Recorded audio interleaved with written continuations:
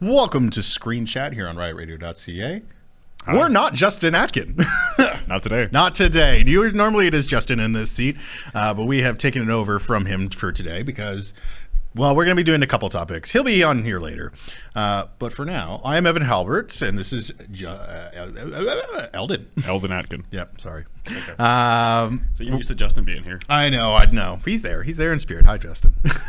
And Dan's here as well. So this is a very rare opportunity where all four of us are in studio, and we're going to be talking about this at whatever. We're talking about Final Fantasy off the top because I just finished the game and I want to talk about it. Eldin, you'll be talking about Alien a little bit later. Yep. And then Justin is going to be talking about Venom in our third segment. So Yeah. we'll get started. Yeah. So I just finished Final Fantasy XVI, and oh my lord, what a trip. What an amazing game on all fronts. Fantastic. If you've never played the Final Fantasy series, you don't need to understand any of the previous games to know this one. So we'll bring up the title for Final Fantasy XVI. It is gorgeous, and it looks amazing. And what sets Final Fantasy apart, or this one specifically apart, normally in the previous ones, it's all like, it's like guns, and it's a lot of future tech involved with it. This is the first one that's like sword and sorcery. Yeah. Which is so good, and that's kind of what drew me in. I've always been more of a high fantasy kind of guy versus a kind of like the metallic, like run and gun kind of feel to it. So in this setting, magic is abundant. Guns and technology are still kind of primitive at this point. There's a lot of low tech things that are kind of out and about in the world. Yep. But the important thing to state is that magic is a big thing. Eldin, have you played this Final Fantasy? No, unfortunately I've not. Is it only PS4 exclusive? I think it's PS4 and PS5. Okay, yeah, I have an Xbox. It is coming to PC though. Okay, I also so that's really PC exciting. Yeah. But you've played the other Final Fantasies. I have played a lot of them, and I've played quite a few. Yeah. And I've been talking about this with Eldin in the office fairly often. Yep. And you know all the different dominants and things like that. Yeah. So let's get a couple of key words and key terms out of the way. Because magic is so prominent in this series, a lot of the social class involving the game is also based off magic and what people can and can't do. So the big thing to establish in the world, there are mother crystals, gigantic continent-sized crystals that usually are the kind of basis of a continent or a major city. Yep. They look like that, and they're gigantic. So you have that castle right there in the background. This is in Sembrek, which is kind of one of the wealthier continents, or one of the wealthier countries that are set in it.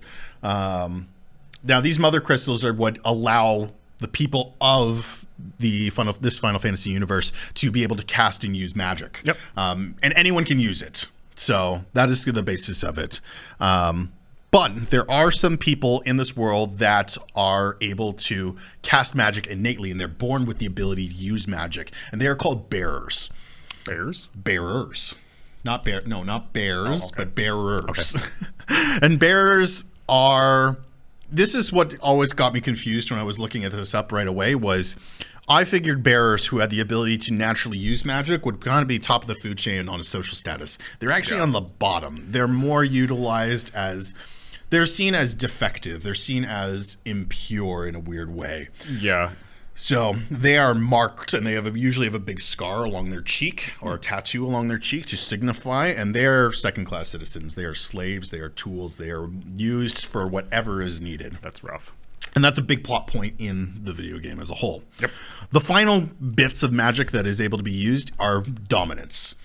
Dominants are people who have been chosen by icons to embody and be their vessels. Which I would call summons. Summons are what they are called in other video games or the other Final Fantasy series, and they look amazing. They're so cool. We're going to talk a lot. We're going to talk about all of them that are in the game, not including DLC, because there is a DLC. There's quite a few that actually that we've talked about in the office that aren't actually in the game. Yeah. That I'm used to. Yeah, we'll go through them, and it'll be interesting to see. You tell me which ones you're surprised not to see. Yeah. Okay.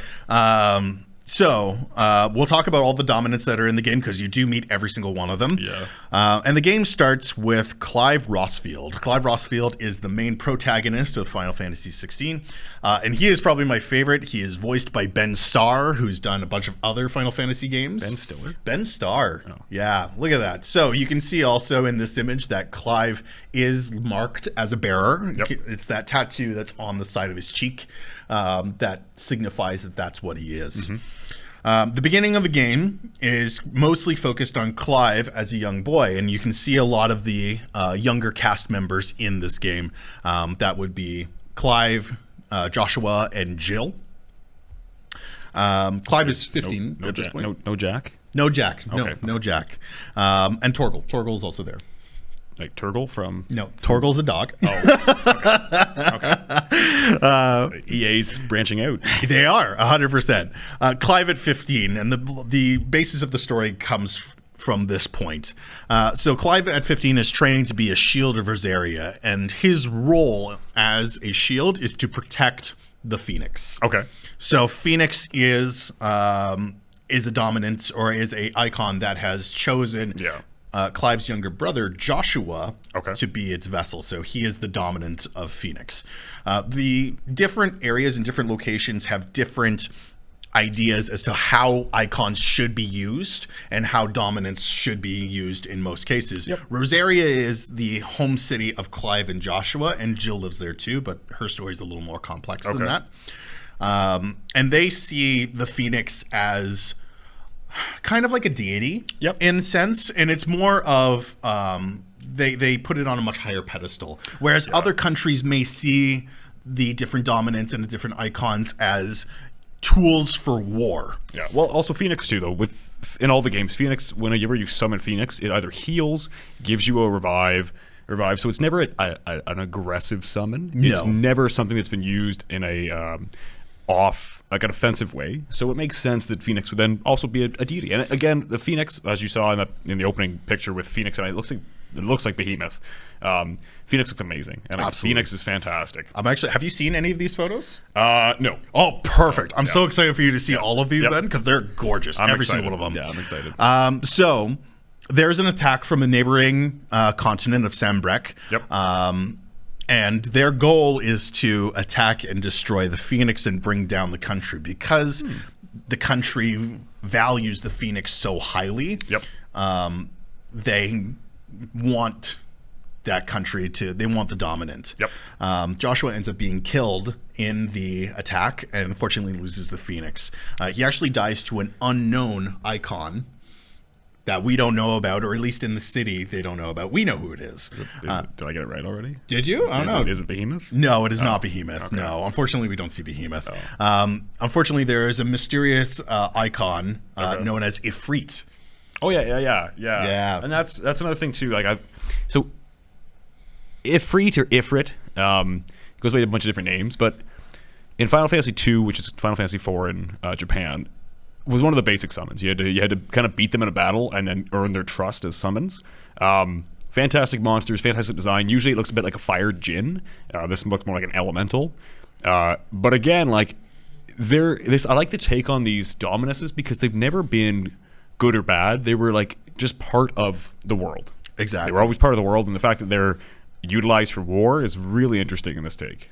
So Clive sees that this giant monster that he doesn't really know the name of has now killed his brother, and he swears revenge on the dominant that is controlling Ifrit or Ifrit. They call it Ifrit. It's all the same. It's all the same. He swears revenge, and that's kind of where the story takes off. Okay. The story as a whole is amazing. I love a good revenge arc as a whole. So I'm really excited. So we're going to go through all the dominants that we get to see during the game. We already talked about Phoenix. The other one is Garuda. Garuda. Earth. She's actually wind in this one. Which, because this is another thing that they do. Oh, I got it. That's okay. We'll check it out. What is he saying? Oh, I'm checking. He says, stop writing. I'm trying to do my thing, man. I'm writing down the ones. He's getting his own notes. Yeah. So, Garuda is, she is a wind elemental of sorts in this. She controls the power of the wind. And her dominant is Benedicta. Okay. She is a part of a league of highly trained assassins that go around in small teams. That's accurate. Which is pretty crazy. Yeah. She's probably she's one of the first big antagonists in the game. Garuda is also kind of where Clive slowly starts to learn more and more about dominance and around the icons. Okay. For reference of size as well, every one of these icons are gigantic. They are so massively large, like taller than most major structures in the cities. Yep. Yeah. We also see Ramu at some point. Ramu is another one of the dominants. He's kind of like an old man in this, and that's how they're choosing to portray him. You can see him up there. Usually Ramu is always pictured the exact same way. An old man with a staff, usually lightning, like Thundaga, anything like with Thunder Spell. Very accurate, in my opinion, to what Ramu is. Kind of like Merlin. That's about it. Yeah, that's pretty spot on. Ramu is a major player, but we actually don't see Ramu that often. Okay. They try to stay away from some of the icons and focus more on the dominance. Yep. The dominant of Ramu is Sid. And there's a Sid in every Final Fantasy game. Yep. And I just thought of one more summon. Oh, perfect. I'm not going to talk too much more about Sid just because he is a major player in the story. Yep. After that is also Shiva. Yes. Shiva is the queen of ice of sorts. Always been in my... I think in every game, Shiva has been an ice queen. Yes. She looks more Eldin here, which is kind of cool, because usually she's actually just blue. She's like icy blue, but this looks great. So Shiva's dominant in this game is Jill. Okay. So I think that what they tried to do with her design here is try to make her look more like Jill. And she looks great. She looks fantastic. Yeah. Probably my grief about this game is we don't see Shiva more often. Yeah, and again, so in Final Fantasy 2, which is the one I'm most I've played 4, I played 5, I played a lot of them, but they're on all the handheld or on NES. You have to fight her on the moon, I'm pretty sure, because you go to the moon in the original one, you find her and you can find her in a spot on the moon and get her. But that's kind of where she's there because it's cold, like it's away from everything else. Yeah. Cool. After that is Titan. And Titan is the Earth Elemental. Yeah, so that's the thing. That alone looks incredible. But that's my thing with Titan and Garuda.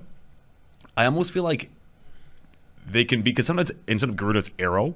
Oh, okay. And sometimes like I feel like, but this Titan looks incredible. Like the earthen kind of like atmosphere, the almost looks like wood in some spots. That looks just amazing. Yeah. So Titan and Garuda and the dominants of Titan and Garuda are really close to each other. The dominant of Titan is Kupka. Okay. And they're tight. They're really close. You can see that there's kind of an established relationship there. Yep. I don't know if there's any lore on that in previous Final Fantasy games. I don't know, because sometimes from like thinking back, and I haven't played 2 in a long time, but I don't think there's a difference between Titan and Garuda. I think it is just Titan. So maybe that's kind of the thing that we're kind of leading with that kind of a relationship. We also have Odin. Yep. Odin looks, look at that. Amazing. Yes. Yeah. So he actually summons a spectral, not really spectral, but a giant warhorse that goes around with him. Yeah. In this one, he only shows 4. I don't know if just getting the other 2 was more of a struggle with that. But he also summons a giant massing of armor that goes around him. And I think Odin's always been like death. Pretty much. Yeah. So his element of this is shadow. Yeah, I think it's always like, or darkness. Something like that. Yeah. So that's kind of the shadow. Odin is one of the last few dominants that you actually get to see. That looks incredible. And he looks outstanding. Yeah. Every single one of these designs are so good. I love the kind of jagged armor that comes in. It almost looks like broken off pieces of glass. And you can almost you can see both his eyes, but it almost looks like he has the eye patch on. Yeah, 100%. Which is fantastic. It's so good. Yep. The dominant of Odin is the King of Waloed, which is another province in another country. Okay. And the final dominant that is in the base game is Bahamut. Yeah. This is the best image I could get of Bahamut with his dominant Dion. It's holy. Yes, that's the element is holy. I thought you were going to be like, wow, that looks really cool. It looks amazing. No, like Bahamut is always like a dragon of holy, and it's always a giant. It's usually one of the biggest summons you get. Yeah, Bahamut is gigantic. Yeah. He's very, very big. He also has cannons. Yes, of sorts. That's accurate. Which is super cool. And the dominant of Bahamut is Dion. Dion is one of my favorite characters in this game. Yeah. He is. He is exactly that. He is the goodiest of goody two-shoes. He looks like a white knight. Yeah. And that's exactly the role he's supposed to portray. Yep. He also doesn't refer to the other dominants by name. He refers to them by their icons. Oh, okay. So whenever he meets, when he meets another dominant, he's like, "You're not Kuka, you're Titan." Oh, okay. So I was like, "That's pretty." Does he cool. refer to himself as? He accepts both as either Dion or Bahamut, and I think that's because, based on his backstory, the way that he's been treated, because he is one of the stronger icons and one of the stronger dominants, the country kind of views him as a tool, and he is a weapon of war. That is all he is. So he's a commander, he's a general, he leads a bunch of people, and part of that is because he is Bahamut. So I have an image of all 8 of them now, so we can see all of them. That looks great. Which is outstanding. Yep. So from top left to bottom right, we have Ifrit, and then we also have Clive, which is the main character. Yeah. Clive is going to look for Ifrit and figure out where it is. We have Joshua and Phoenix. We have Jill and Shiva, Sid and Ramu, Benedicta and Garuda, Kupka and Titan, Dion and Bahamut, and then the King of Wulud. I don't remember his name at the moment, but that is him, and Odin in the background. I have to look up which other summons I'm thinking of. There's a few. So the one that I knew about going into this game, but I didn't really expect to be here, was Leviathan. Yes, I expect. So I'll go over the ones that I'm very much missing.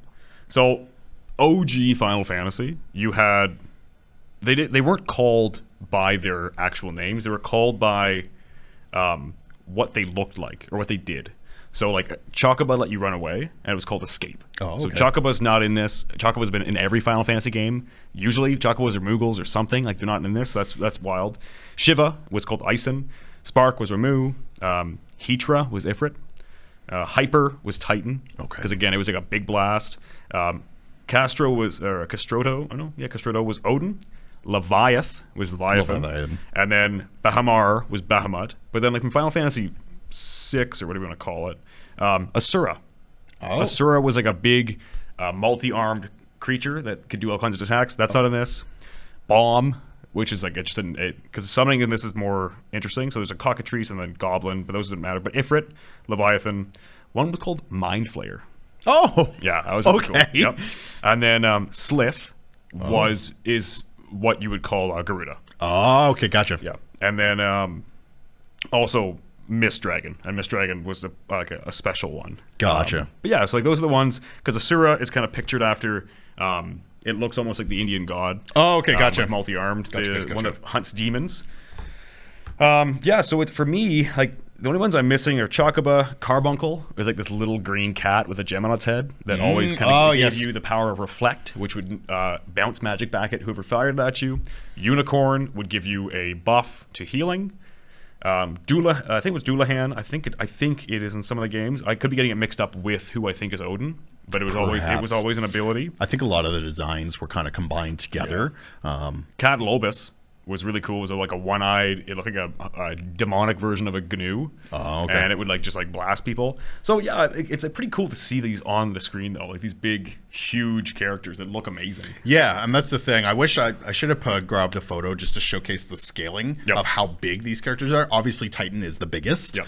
But like some of these characters and some of these icons are colossal. They're gigantic. Titan is like the size of a continent. He is enormous. I also have some in-game footage of what this game looks like to showcase how gorgeous the in-game feels. Oh man, that looks amazing. And this is also not turn-based. Oh, okay. Most Final Fantasy games kind of follow the turn-based feeling there, but this is actually a hack and slash kind of game to it. There is still a stagger button or a stagger field that's related to it. So we have Clive over here, we have Jill in the background, and even just the UI looks gorgeous. Oh, that looks fantastic. Nice, it looks clean. You get Torgal at some point that can go and attack as well. Yeah, your HUD looks great. And this is off the PS5. This is PlayStation 5 footage. Yeah, which is amazing. So it looks fantastic. And if you think this looks great, you should look at the in-game cinematic footage. It's night and day by comparison. Yeah, I have another photo. It should be the next one. And it looks absolutely fantastic. There we go. Yeah. Like, it looks like this should be out of a movie. Well, the thing is too. So Final Fantasy has done a lot of. I think it's Final Fantasy 13 or 14 that had like its own movie. It was called like Lost Children of something. It looked like this pretty much the entire movie. Like Final Fantasy has blown away the market for all kinds of stuff like that.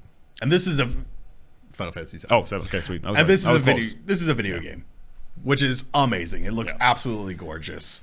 So that is it. I'm probably going to be replaying this game. It's like a 40-hour game, and I'm totally down to replay it. It took me a year to get through just because of life. Just a couple of last-minute things. The music in it is amazing. Oh my god! It's Final Fantasy. If we could have taken the time to just move on and just talk about music for the entire episode, I absolutely would. It's done by Masayoshi Soken, who's done a bunch of other Final Fantasy-based music, and it's amazing. It makes you feel very large and very big in terms of it. It's got like a huge set piece, a beautiful choir. It's all orchestral too. Oh, it's all orchestral, nice. Except for one, but we're not going to talk about it. Okay. And I think this is my favorite Final Fantasy. Okay, I like to hear that. It's just so well done and so good. I'm glad that I went into this without really knowing previous Final Fantasy games. Yeah. And I feel like this starts the precedent. By the time I finished this game, I was like sobbing. It's Final Fantasy is pretty good for that. That is how it goes. But honestly, I loved it. So, yeah, absolutely. That's all I really got on Final Fantasy. It looks. I wish I could play it. If it comes to Xbox, I will play it for sure. It's coming to PC. So if you got a decent PC, then I highly recommend you just give this a try. If not, I can't really sell. I can't sell and be like, yeah, go get a PlayStation 5 because that's a lot of money. Yeah, it's a lot.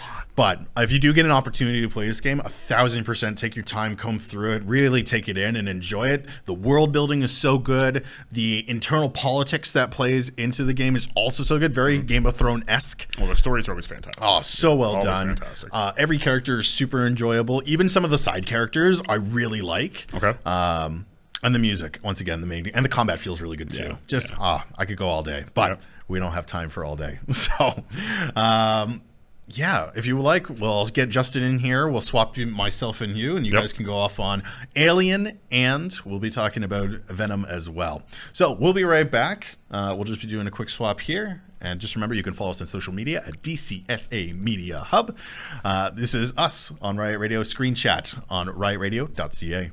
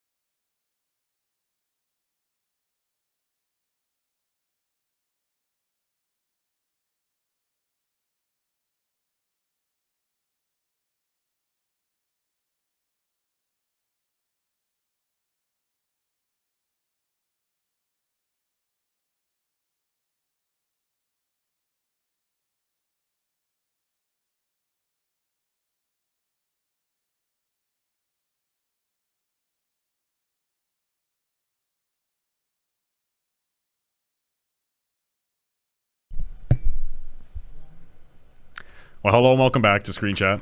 Justin finally got in here. We're here. And we're here to talk about... now, we talked about Final Fantasy. I've done a great job at it. If you haven't seen it, if you didn't see that, go back and watch it.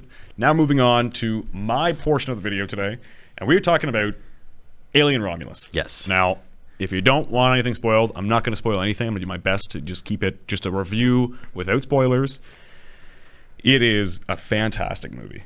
I know you haven't seen it yet. I know the guys haven't seen it yet. I know a lot of people haven't seen it yet, but I cannot recommend it more. I'm a big fan of Alien. If you don't like Alien franchise, well, then this isn't for you. But if you do, it's definitely worth it. Mm-hmm. So I went and saw it by my lonesome. I was a big boy. I was brave. Yep. And I saw it, no issues. And I got to say, it is fantastic. It's a very small cast. Yes. So a very small cast of main characters. I'm going to go through them quickly. We have Rain. I also have no pictures either because I just didn't want to. Again, it's Alien. There's not really like a lot of pictures you can use. So there's Rain, who's played by Kaylee Speeney, which I don't really know. A lot of these actors I haven't seen before, or I think I've seen them, but I didn't recognize them. Andy is played by David Johnson. Navarro is played by Aileen Wu. which is like Alien Womb. Amen. Bjorn is played by Spike Fern. Kay is played by Isabella Merced. And Tyler is played by Archie Renox. And then Offspring. Is that the alien? Played by Robert Bobrovsky. You just watched the video on how to pronounce it. Yeah, he's Romanian. Let me see it again quickly. I'll do my best. It would be Robert Bobrovsky. Okay, done. Yeah, here we go. I was close. Yeah, so very small cast. Oh, that's it. Yeah, and then Rook. So there's a character named Rook in it. The late Ian Holm was the original AI in Alien. Now, he's passed away, unfortunately, passed away in 2020, I believe. But between him and some racial reconstruction and some using of old videos, and then Daniel Betts, they created Rook, which is almost That's like pretty cool. I didn't realize Ian Holm was dead. Oh, word, okay. This AI looks how he looked in Alien. That's sick, yeah. So, fantastic movie. It's your classic Alien movie. It takes place immediately after Alien. Oh, so the first one. Yeah. So okay. Okay. I'll go over the time. Yeah, you'll get into it. The timeline of the movies is Prometheus, Alien Covenant, which is, you could call Prometheus 2, Alien Romulus, Aliens, Alien 3, Alien Resurrection. Okay. So there's 7 movies. Prometheus, Alien Covenant, and Alien Romulus are part of like the trio. Aliens, and Alien 3 is another trio, and then Alien Resurrection is kind of like the restart again. That just didn't really restart anything because it was really bad. In this universe, AVP doesn't exist. In the comic book universe, it's totally different. It does. Okay. If you look at the Alien timeline without looking at the movies objectively, there's like tons of comics, tons of books that are included that I'm not going to put in because I'm doing just the movies. But it's fantastic. The lighting, I saw it in IMAX, and it was just absolutely amazing. Funny enough, when I got the tickets, I did a pretty poor job, and I always forget that the screen starts at the front, and you get your tickets going down. I always think for some reason the screen's at the bottom, and you go up. So I thought, I was like, oh yeah, I'm pretty far away from the screen. No, I was like 5 seats back. So that was fine. It's a dark movie. It's hard to see, but it kind of adds to it. Practical effects are amazing. Like, they use like RC facehuggers. They used practical effects on all the aliens. They had people who played as the aliens. There were so many good references to old Alien movies and and like other games as well. That's awesome, yo. And that, like, as somebody who's seen them all, I was like, oh, exactly, I get that. Yeah. At one point, I clapped in the theater. I'm really not a big fan of like clapping, but I was like, yes. There's a good scene where they pretty much one for one speak the same they spoke in a different different movie, and I was like, wow, damn, that's awesome. Like, that's amazing. Yeah, that's what I want. So, just talking about the ratings, I'm going to give it like an 8 out of 10. Okay. There were some things I didn't like, but for the most part, I think it was great. I'm not going to try, like, it's tough not to spoil anything. Robert, who played Offspring, was fantastic. Yep. The fact that you had a gentleman who is gigantic, and the way he moved, the way they made like a CGI tongue that comes out, like, it was so creepy. Damn. And so very disturbing. And there's one jump scare at one point that gets me. And you don't usually get scared from the jump scares, you know? You get kind of used to them, but it was like, this one was pretty good. But it was fantastic. So going over like what we have like for ratings, IMDb has it at a 7.4 as of today, which is September 6th, I think. Yeah, let's call it September. Yeah, 6th. September 6th. So Amen. As of today, they have 7.4 on IMDb. Rotten Tomatoes has it at an 80%. Now, that doesn't say critic versus film or versus people in the like audience, but just says 80%. And then Metacritic has it at a 64. That's kind of harsh. I don't trust Metacritic ever. Yeah, I was going to also second on that. I don't trust Metacritic. I think it's fantastic. I think overall, going over the things, you've never seen Prometheus. No, I haven't seen Prometheus, Covenant. You haven't seen Covenant. You've seen the original Alien movie? Yeah, like if I'm just looking at your list quickly here, I've seen Alien, Aliens, Alien 3, Resurrection. So I don't think I've seen the new trilogy. Let's just call it that. So I will say, out of all the new movies, Alien is fun. It's not the best. I think Aliens is better. And that's the second one. That's the second one. Okay, yeah. I think Romulus is actually better than the OG Alien. And Romulus is one you just saw. Yeah. Okay. And then Alien, and then like Prometheus, Alien Covenant, Alien 3, and then Resurrection. And Resurrection's terrible. I've seen it, unfortunately. But like, the Prometheus timeline is fantastic. Like, the practical effects are amazing. The fact that in this one you have also they're just a bunch of kids. Like they don't like they're like 20, 22. Like they don't tell them your age, but they're young. And you have a synth. You always have a synth. I was putting like bets with Dan, but if there's going to be a synth, then there always is a synth. There's just and the amount of Weyland-Yutani is the company that makes it, like that are doing this, and the amount of times that you mention it or you see the insignia, logos, which if you played Alien Fireteam, which I did an episode on GameScore about that, check it out. But Weyland-Yutani's all over the place. Like it is so cool.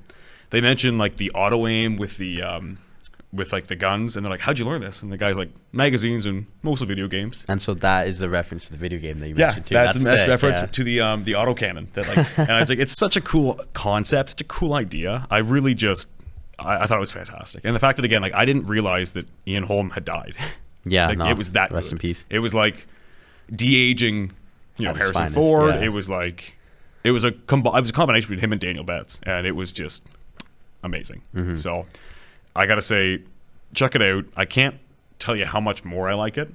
For a new sci-fi movie, I've seen a lot of bad movies recently, and this one is not bad by any means. So yeah, that's about all I can have to say about that. Well, I'm glad you enjoyed it. I'll give my take. So I haven't obviously seen it. I'm a bit behind on the franchise, but I think what's cool about, I guess, I'm just going to call them classics at this point, because Alien came out in 78, I believe it was. I think we said 79. 79, yeah. So it's like over 40 years ago now. Oh, yeah. I think that when they're able to get new takes on it in the modern era, it's just such a good testament to it, because obviously, I say this a lot about Star Wars. The older stuff in comparison to the newer stuff, it's just never going to look as good. Unfortunately, that's no one's fault. Nope. So when you see like a new Alien movie in 2024 with like all the graphics, all the effects, the technology, I think no matter what, it'll just look better. And that's the thing, right? Like, I'm a diehard for the OG Star Wars, but like, the story's good, but it's never going to look as good. Exactly. Like, it can't. CGI didn't exist. And like, practical effects back then was having a black background with little speckled dots and having a ship on like a string, a fishing wire, and be like, woo, go. And they did that too, which is really cool too. Like, the space scenes looked really good. Yeah. There's practical effects. Yeah. So I think it's cool too, because like for someone like you who is actually invested in the series, that has done more than just watch the movies, and we've played the games, read the comic books, seen, I guess, what's not canon with AVP now, however you want to word it, it's cool that like you could actually sit back and enjoy it, to where like if me and you saw it, I just think this is cool, it looks good, I had a fun time. But then you seeing it, it's like, dude, this is why I'm a fan. I think that's what really means a lot. Yeah, and like I don't think you have to actually see. I don't think you have to see the other Alien movies to make it worthwhile. Yes, I think you definitely should to understand what's happening. There are a couple things that happen where if you don't. Hello. Was that Promi telling us? I don't know. Yeah, someone's tapping on the glass. Is there an alien called Prometheus? Sorry, or is that just Prometheus is like, again, it's kind of like the basic of like Prometheus, like. Stole fire from the gods. And that was like, it's the idea of like, that's pretty cool then. Yeah, the engineers coming to Earth and giving us life. So that's the idea. And then like Covenant, or Prometheus 2, is kind of like the covenant of David creating all these new xenomorphs. Okay, that's pretty cool. Yeah, I know you were telling me about the lore off camera this morning, actually. So and yesterday, it was a long conversation about it yesterday. It's kind of cool too to see like how they consider the viewers, in the sense of like, if I was being like, negative Nancy, I'd be like, dude, can you explain this about it? It's like, no, they do. Like, they go back to when humans first existed, explain how the engineers play a role in that. It always goes back to the company that you mentioned earlier too. So it's a very consistent franchise. It's one thing that I've always liked about it. Same with like Predator to a certain point. Oh, yeah. I think that like when you see those kind of monster verses of their own come together in AVP, they don't go past the lore that's already there. So that was like my experience. I know it's not in canon anymore now. I'll die on the hill that I think AVP was a good movie. No, I enjoyed it too. I enjoyed AVP. No flash photography, please. I enjoyed AVP a lot.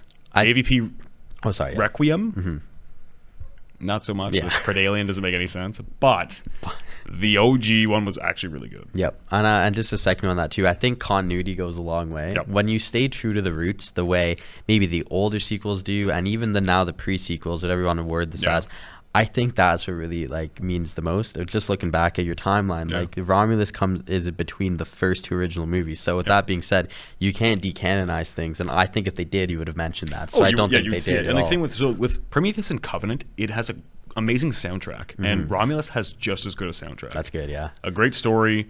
And then looking at Aliens, and Alien 3, like it all makes sense too, because like Prometheus and Alien Covenant, you can see it. You can see how it coincides. Alien, you don't really see how it coincides because there's a cliffhanger from Covenant that you never see again in Alien. But then you see, like, the end of the Alien movie, the first one, is how Alien Romulus starts. That's really cool. Like, it's I almost like when they do stuff like that. It's like a 1-to-1 start. Yeah. So, pretty cool. I really enjoyed it. And then kind of how it ends is sort of how Aliens starts. Okay. It puts together kind of an idea. Yutani's doing bad stuff. They're playing around again. They really shouldn't. Like, the AI is always bad. Don't trust them. So, like, it's always like there's so much continuity. That's why AVP can't be canon. Yeah, unfortunately. It happens like in like 1990, and that doesn't make any sense. Yeah. But yeah, so that's my take on it. I'm gonna say 8 out of 10. I loved it. I recommend. I can't recommend checking out more. I hope you do. Mm-hmm. You might not understand, but it's a good movie just for being like good, just good in general. Amen to that. Yeah. Well, like I said before we fully move on, I'm glad you enjoyed this because I know how much you like the franchise. Mm-hmm. I was going to be really disappointed if you finally saw this and it wasn't good. I'm really happy. So I'm glad you're doing an Eldin trip. It worked out. It worked out well. Yeah, it worked out. Going to see Romulus. Yeah. There you go. All right, yeah. So I guess we'll move on now to the next part. Yeah. Now this segment now kind of stemmed from a conversation we had. Like it was an in-depth conversation yesterday too, kind of about Marvel. Now recently, obviously, there's a lot of MCU talks going around that I feel like the next Marvel project has kind of been put on the back burner, and that's Venom: The Last Dance. Now we're gonna discuss it here today, as we even said this morning. The Sony Spider-Verse is so weird. That's just the best way to put it.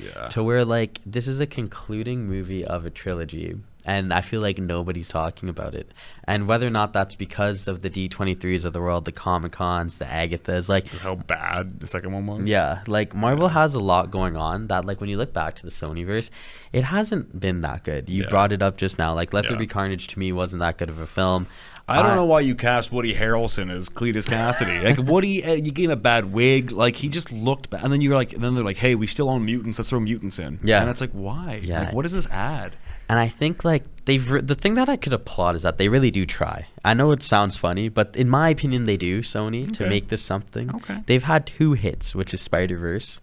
I don't even think they count. I was going to say, and those don't even really fully count. Yeah. I'll give Venom 1 a shout as well. Like, it was good. Yep. It wasn't amazing. Like, I thought it was going to be better.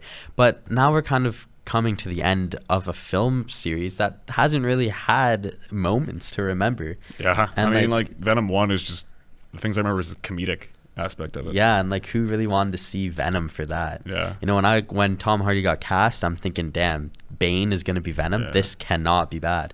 And he's like a borderline hero, which I don't hate, but in a world that should have Spider-Man, why is Venom the hero? Yeah, but I don't. That's the thing too.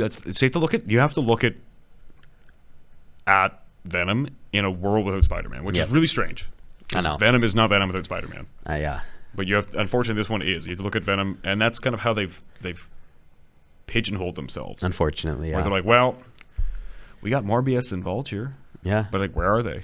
And now it's weird too because like you mentioned that it's like there's like little seeds that get planted to include Spider-Man, such as Morbius knowing Venom because he says we are Venom, which is weird, but he says it. So bad. And then I forgot about that. Yeah.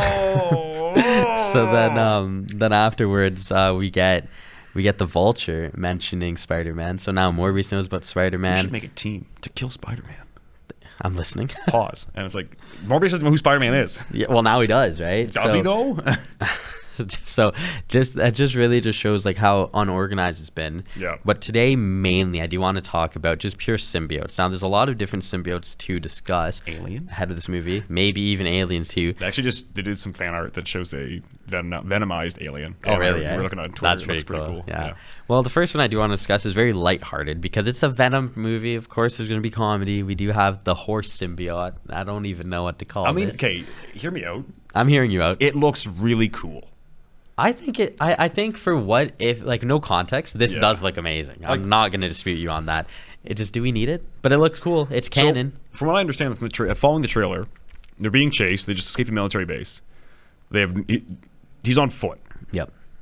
Yes, Venom could run and jump, but again, Venom is based off of what the host can do, somewhat. So you have this scene where Hardy's like, how fast can you make the thing go without killing it? And he's like, we will see. And then it's like, I don't like how Venom talks. But in this, like, what makes a horse scary? Well, when their lips just keep, like, when their cheeks just keep going back and they have a full open mouth, that's terrifying. Yeah, that's a good point, honestly. And it looks cool. And also the fact that, like I'm trying to, like, be as, like, neutral as I can about this because, like, it 2 was really bad, but I'm really hoping they can kind of bring it back with 3. I'm with you on that. So yeah, that's a little comedic relief. We also were informed by Dan off camera that there's a symbiote frog potentially. I don't know if that's and a fish and like 2 fish, something like that. Aquatic system. Okay, so 2 fish. And one of them was a fish on like a singing fish thing, where it was like singing Elvis, and it's like burr, burr, burr, and then the other one was whatever. So moving on now. So this will be a bit taking a step back from the symbiote. We're coming back to you with aliens. Okay, there are symbiote aliens in this too. We know this from the trailer. And they have a little bit of black on them on the left there, I'd say. I'd say so. And we're gonna do more of a deep dive of their origin later on, so let's just stick right now to the characters themselves. I think these look fantastic. They look terrifying. They look a lot like Gore's Shadow Beasts. Honestly. And Gore's Shadow Beasts look really good from Love and Thunder. I think it's cool. We have some fans out here, which is pretty cool to tune into the podcast here at Durham College. But shout out to you guys. But going back though to the aliens quickly, what's really cool about it is that they take inspiration from other things such as Gore, like you mentioned, and you could see it. It's not like this is, they're copying. No. There's more lore to it, which we'll get to, but it all plays a part. So I could appreciate that. And that's why I mentioned earlier why I think they try, because we had like a 20-minute discussion on Gore and Null yesterday, essentially. We had a 20-minute discussion on just the blades. Yeah. We done the black blade and the symbiote blade. And with that being said, we just got Ash Drake or Kendrick outside. Neither. I'm not. It's not my thing. It's got to be Drake for me, but that's a different discussion for another day. Just going back to it, though, what's really cool, though, about it is that since there's so much history with Gore and Null based on the blades alone, they have a lot of continuity that they need to hold up. And I think step 1 of the symbiote aliens, it's a good step. I think we're getting there. I think we are. We're getting there. Because we got Gore the God Butcher, who canonically has Null's sword in Thor 4. And then we go back to this now, and we get the symbiote aliens. We also can't forget Eternals. And Eternals too with the black blade. So as much dysfunctional as this is, I guess that's the best way I could put it. They are still keeping the main stuff consistent. So I like that. But like I said, we're gonna do a deeper dive on the symbiote aliens and where they come from a bit later on in the show.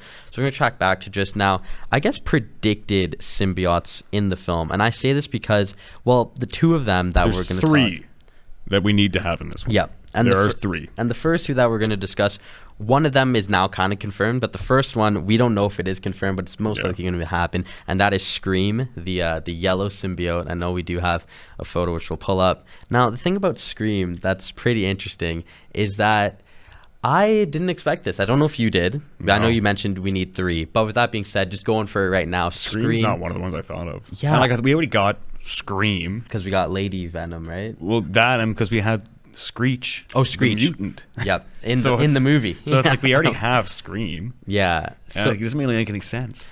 I legit just had this lady's name on my phone. Now I forget her name, but I think she's a good actress, especially for... Do you think Screech would still have the hoops? Or do you think they like fall off, or they just get stored somewhere? Maybe that's the secret. Maybe those hoops are symbiotes. Oh, there you go. See, I'm cooking. But all jokes aside, though, coming back to her, what role do you want to see? Because I know you just said you want to see. She always plays like an antagonist. She's always like, again, as antagonistic as Venom is, she always plays a role where she's antagonizing Venom and also just being a nuisance in general. Juno Temple. Yeah, okay, Juno Temple. Shout out to Dan behind the scenes. Thanks as always. Thank you, Dan. What would we do without you? She always plays an antagonistic role. So she can scream. Again, symbiotes cannot handle sonic vibrations. Yep. So that's kind of her MO. Mm-hmm. She's nothing special aside from that. But then again, we got Screech. So what does it matter? And I think this is another example of Sony kind of shifting gears off of the plot. They shoot themselves in the foot so fast. Because to your point now, it's like we already have one. There's a lot of other... There's a lot of other symbiotes. I know. A lot of other symbiotes that they could include. Yep. The next one we're going to discuss. And we're going to jump back to this just because I do want them to include someone else that I thought we were getting, but we're not. So just jump into it. We have a new symbiote that was teased in an international trailer. And this is kind of how our discussion off air started. So there's a lot of speculation that this was going to be the symbiote known as Lasher. The green symbiote there. Or as Justin would say, Basher. I thought it was Basher, Smasher, Axe and Smash. He said Slasher at one point. Super Smash Brothers. Yeah. But sticking back to it, so I've labeled this behind the scenes as new symbiote because we do want to have a quick debate about Lasher. Why is it blue? Well, like if you're telling me that's so, Dan gave us the information that in the trailer, yep, it's confirmed that is Toxin. Yes, that does not look like Toxin. And Toxin has black eyes and red symbiote and red and black skin. Yeah.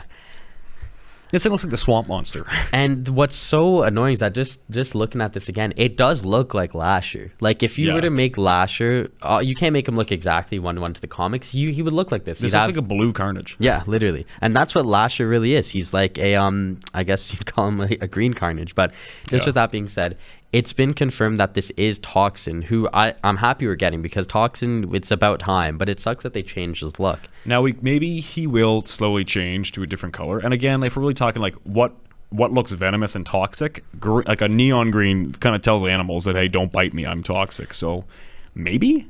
Hopefully. Maybe? I don't know. Shifting back to Lasher, if we're not getting him, that's where I'm kind of like, damn, because as cool as Scream is, I'd rather get Lasher, Toxin.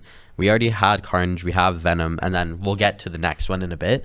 But that could be your 5 right there. One, yeah. So I don't really understand what they're going with. And again, this goes to what you just said. They're shooting themselves in the foot, where they give us some good stuff with the aliens that look like Gore's people. We know about the pre-existing history there. But then coming back to it, you just completely changed Toxin. But then you also look at the trailer shows all these different vials of different symbiotes. Yeah. So have they been taken from somebody? And they all, because that's how the symbiotes get not powers, but how they change is they based on the host. Yeah. So are you telling me you have all these different vials of symbiotes, and they're just going to have to be like symbiote 1, symbiote 2, symbiote 3? We've never seen these one before. Like we saw a bunch of symbiotes in the first one, which was so dumb when Venom's like the town pariah, and they all hate him because he's useless. And it's like, well, obviously not. It's Venom. Yeah. He beats up Null. And I think what's cool about the first one, well, it was cool at least when you watch for the first time, is you see those jars, the vials, whatever you want to word them, and you think they're going to be cool because you're like, okay, boom, second movie, we're going to get at least 2 of these guys. You see Carnage in the second one, but then he's in there for like, what, 2 battle scenes, and that's it? Gone, and he sucks. Like, and then to your point too, he's gone. It's Carnage. Like he's a one-man army. Spider-Man cannot beat Carnage in the most recent adaptation. You know who could beat Carnage though? Beta Ray Bill? Sentry. Technically the Void. I know Sentry. Sentry takes care of him in one quick whack, and then into the sun. This is why I'm glad I have like Eldin on the show for some things, in the sense of like, for me, as much as I love Marvel, there are some comics that I haven't read, but you know who has? Either my dad or Eldin. So it works out. So I did not know that the Sentry fought Carnage. That's pretty cool. And killed him. Like actually Carnage is dead. That's awesome. Yeah. But I will say though, just backtracking that too, when you look at Carnage in the books, the comic book, more often than not, you need Venom and Spider-Man to fight him and kill him. So to Dan's point that he's been saying this all week, how do you do a Venomverse with no Spider-Man? It would have made more sense if you had Spider-Man there to help, and then they fight and take him down together. That's how it usually goes. What is Venom without Spider-Man? That's like, what is me without you? It doesn't really work. So I thought that was good. Yeah, sure, buddy. Yeah. But so that's pretty much all we have on Toxin today, because as of 2 hours ago, we thought it was last year. Yeah. So we prepped a whole thing. The Russians beat us to it. They already knew. Russia got the trailer before us. We kind of had, and it was so funny too, is that we're wrong, yes, of it being Lasher, but that's how this started off air. I said, Eldin, by the way, did you see the green symbiote? He goes, no, I didn't. And then we Lasher, Basher, Smasher, all that stuff. Yeah. Oh, okay, cool. This is it. And then just spiraled down. Yeah. So that's legit how it went. That's legit. And we're like, you know what? How about we do a discussion? So pulling up the next topic here, this is how it shifted in real life for us too. Because remember from talking about Lasher to Null. Yeah. Now, Null is the king of all symbiotes, the creator. He lived between the 6th and 7th, I guess, edition of the world, as they say in Marvel. He lived like in like a shadow realm. Yeah. So he wasn't even like really tapped in with modern reality. Yeah. And what was cool about Null as well is that logo, funny enough, it is the Venom logo, but that's his. Like he made that. That's his dragons, because he's known for having like venomized dragons. Yep. But like Null is basically Gore the God Butcher, but before Gore. Exactly. He lived in this realm. The Celestials are like, hey, knock, we're coming in. Kicks the door in, and he then he beheads one, right? He fist fights until he gets a sword, cuts the head off a Celestial, and he's like, I'm taking all the power. And I think, and canonically, just so we all know, that head is nowhere. Yes, which is I think is Celestial's amazing. head that the Guardians of the Galaxy live in is nowhere. Which is like awesome, right? Yeah. And even to just jump on your point too, it's cool that like the Celestials, they see this guy, they see Null, they're like, hey, you know what? This guy, he could be the ruler of the dark side. It's all good. We dap him up and go about our way. He's like, nah, bro, you're ops, bro. You're ops. We're not doing this. We're not. So it'll be interesting to see his role because he has to play a role. We know where the symbiote aliens come from. Well, because in the comics too, when the symbiotes invade, it's the herald of Null. Yeah. Of Null. It's like Silver Surfer showing up. You know who's coming. Galactus. You know he's gonna be there. And what's cool too is that there's a certain point in the comics where Null, like I guess, takes his own entity and puts it in the Herald. Yes. So then when Venom kills the Herald, Null gets hurt. He's like, oh my god, I felt that. Yeah. From here, now we got to get ready for war. He also nullifies, which is a cool nullifies a bunch of different symbiotes and a bunch of heroes. Yeah. So you get like nullified Cyclops. You get nullified Captain America, which is like, okay, it's Captain America. What's he gonna do? Throw a shield at me? Of all the guys, Cyclops, you got it right. Just put the fries in the bag. Yeah, please. But yeah, so what's cool about the idea of Null is that realistically, this is what we should get. This could be the end game to this verse. Of this verse, it is. And you said that to me off camera. You're like, this is where it ends. And you said, do you think they're going to tease a movie? And they could. They could tease another one. But you can't give us symbiote aliens. You can't give us Venom. You can't give us Carnage. All these characters without Null. It doesn't really make sense. Well, they might just anyways. They might just. And I'm just dying for the winged Venom. You know, like when he has like those. Us. I know, they just hate us, man.